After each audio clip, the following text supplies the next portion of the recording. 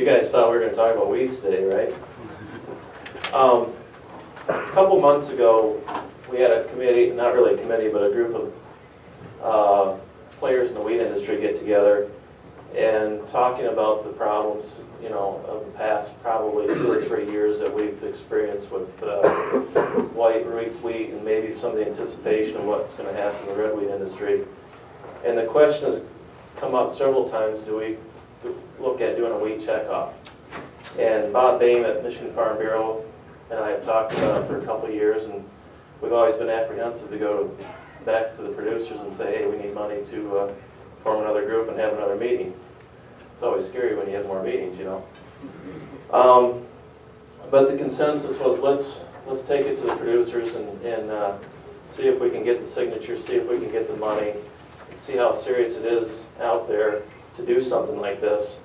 And we've put together a timeline for this sort of action.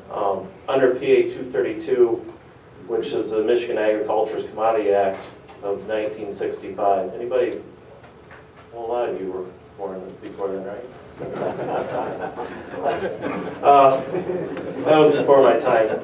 But it states that we need 200 valid signatures from producers to activate the MDA to go through the process of considering a wheat checkoff or a grain checkoff of sorts. And we've put together a timeline for that to happen. And in December and January, February, we've looked at going to different meetings and asked for signatures, and most of all asked for money from you guys to get this process started. So if you are a wheat producer, if you've sold wheat in the last 3 years, you are considered a wheat producer in Michigan. We're looking for your signature, and we're looking for a pledge from you to get the process going. Now the pledge is only a pledge at this point. What we're anticipating is to get $10,000 worth of pledges from producers. The other $20,000 that we need to make this happen will come from end users and millers and that like. So we thought if we could get $8,000 to $10,000 from the production end, that shows that you guys are interested in doing this. If that happens, we do a checkoff vote this summer. We anticipate that we could collect money by January. And if that's the case, all of the money that you guys inject into this process will be returned to you through a checkoff dollar. So the checkoff, we would probably emulate something like the corn and soybean producers have done in the past. It seems to be quite successful what they've done. And the committee would address issues like, you know, production, quality, and marketing, and whatever your input is into it. So I have with me, I have the petition paper and some pledge forms with envelopes. We don't need your money. We will invoice you when we feel that we have $8,000 to $10,000 pledged. We will invoice you. And we anticipate that possibly in March, to send your check in then. We don't want the money unless we're serious about doing this. So I will pass this around, and then at the end of it, and we'll leave it on the table so that if you don't catch it, we can possibly catch it at the end of the meeting or something like that. Any questions? If this comes to pass, which I hope it does, how much do you think the actual deduction per bushel will be when it's up and rolling? Again, we'd probably emulate something like the corn and soybean checkoff. I would believe, don't quote me, but I think it's like 1/4 to 0.5% that they use, and that's something the committee can float back and forth. We don't want this to be a place where we store money and, you know, what can we do with $500,000 this year.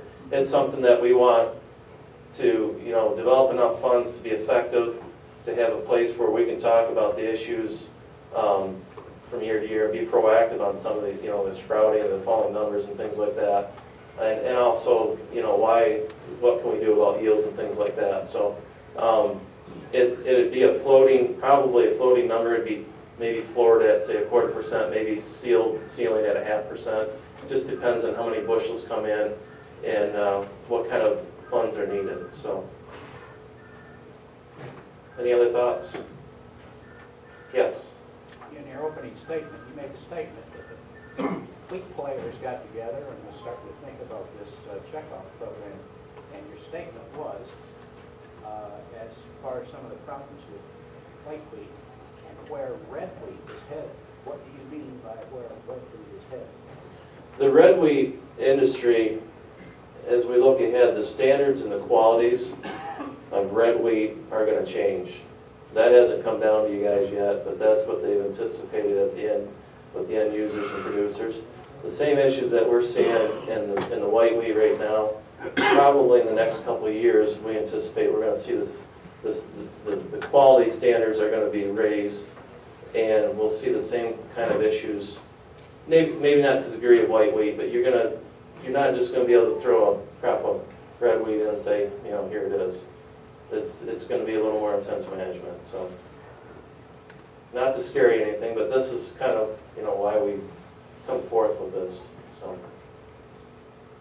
yes. Matt, if you put a board together, are they going to be similar to corn and wheat, where you work with other states in a national, or is it just independent in this state? Nationally, there isn't quite the organization that corn and soybeans have, but yes, we can and probably will work with other states, and that's a question that the committee will have. The first committee will address is that, you know, where do we want to be effective? Where are we going to spend our money? Who do we want to link up with? So, any others? Good. I guess I'm done. I'll pass this around and we'll go from there.